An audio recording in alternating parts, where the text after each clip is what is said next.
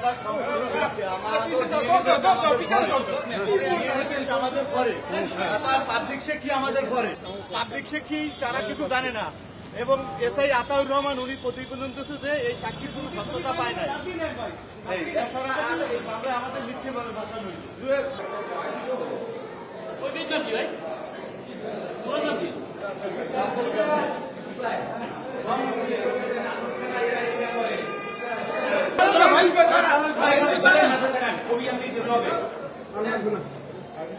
সবাই নিছেন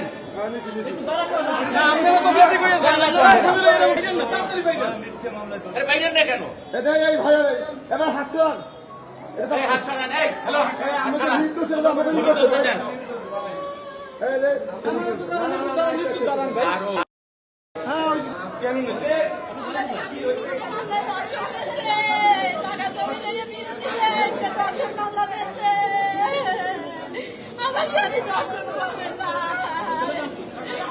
বাংলাদেশে সত্য মিথ্যা মিলিয়ে মামলা আছে না করে মামলা। তারপর স্বামীর বিরুদ্ধে কি রায় হয়েছে? আমার স্বামীর বিরুদ্ধে সাজা দিচ্ছে।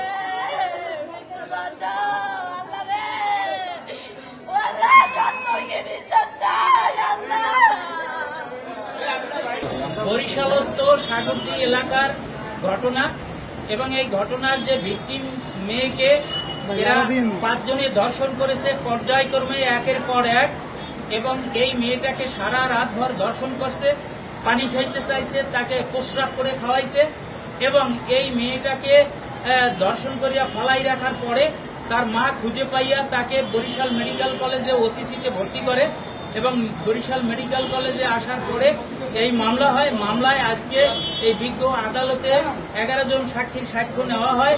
এই সাক্ষ্যের জেরা জবানবন্দির ভিত্তিতে বিজ্ঞ আদালত এই সমস্ত আসামিদেরকে 4 জন আসামিদেরকে যাবজ্জীবন, এই 4 জন আসামিদেরকে ফাঁসির কাছে ঝুলাইয়া মৃত্যুদণ্ড কার্যকরী করার জন্য আদেশ দিয়েছে। এই মোকদ্দমায় উপরন্ত প্রত্যেক আসামিকে 1 লক্ষ টাকা জরিমানা করেছে, যে এই জরিমানার টাকাটা সেই সুইটি পাবে।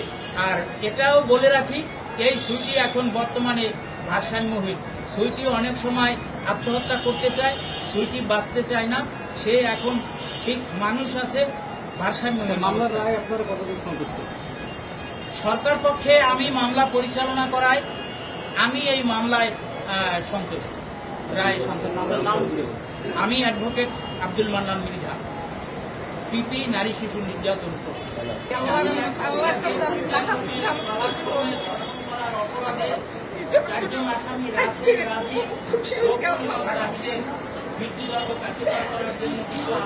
আচ্ছা, এই রায় কার্যকর চান কিনা আপনি?